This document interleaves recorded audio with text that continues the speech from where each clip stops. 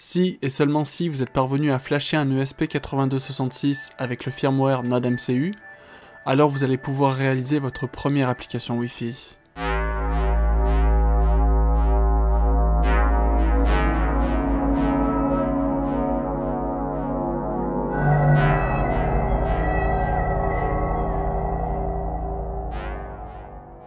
Avant de se lancer, j'aimerais d'abord vous montrer un diagramme fonctionnel de ce que l'on va réaliser.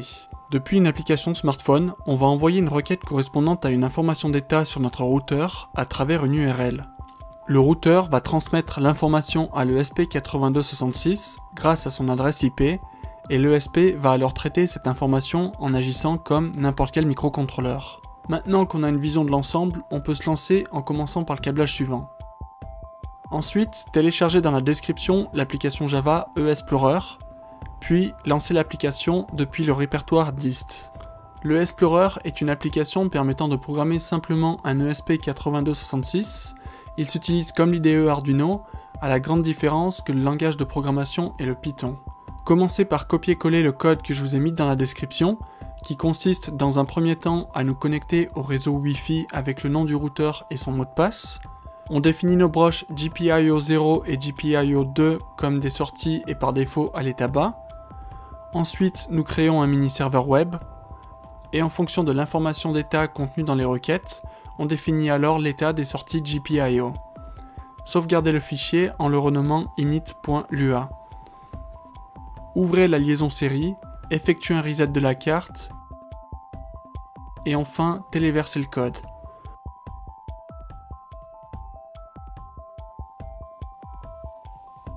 Pour connaître l'adresse IP qui a été attribuée à l'ESP, exécutez uniquement cette commande comme ceci. Maintenant, passons à l'application Android. Pour cet exemple, j'ai choisi quelque chose de minimaliste, quelques champs texte et 2 boutons. Mais la nouveauté est d'ajouter la fonctionnalité WebViewer et la fonctionnalité Tiny Database. Pour ce qui est du programme, une fois que nous connaissons l'adresse de l'ESP, cette dernière est sauvegardée sur le téléphone. Ensuite, on appelle la fonctionnalité WebViewer pour interagir avec l'ESP en transmettant des données à travers l'URL. Et voilà le résultat. Bon ok, mais tout cela fonctionne à partir du moment où on est sur le même réseau local. Alors comment faire pour se connecter depuis un simple accès internet? Eh bien c'est très simple. Il suffit dans un premier temps de connaître l'adresse IP que votre fournisseur d'accès vous a attribuée. Ensuite, mettre à jour l'adresse sur votre téléphone. Et enfin, il faut mettre à jour votre routeur pour effectuer une redirection de port. J'espère qu'à partir de maintenant, vous serez autonome pour réaliser vos prochains projets en Wi-Fi. Encore une fois, si vous rencontrez des difficultés, n'hésitez pas.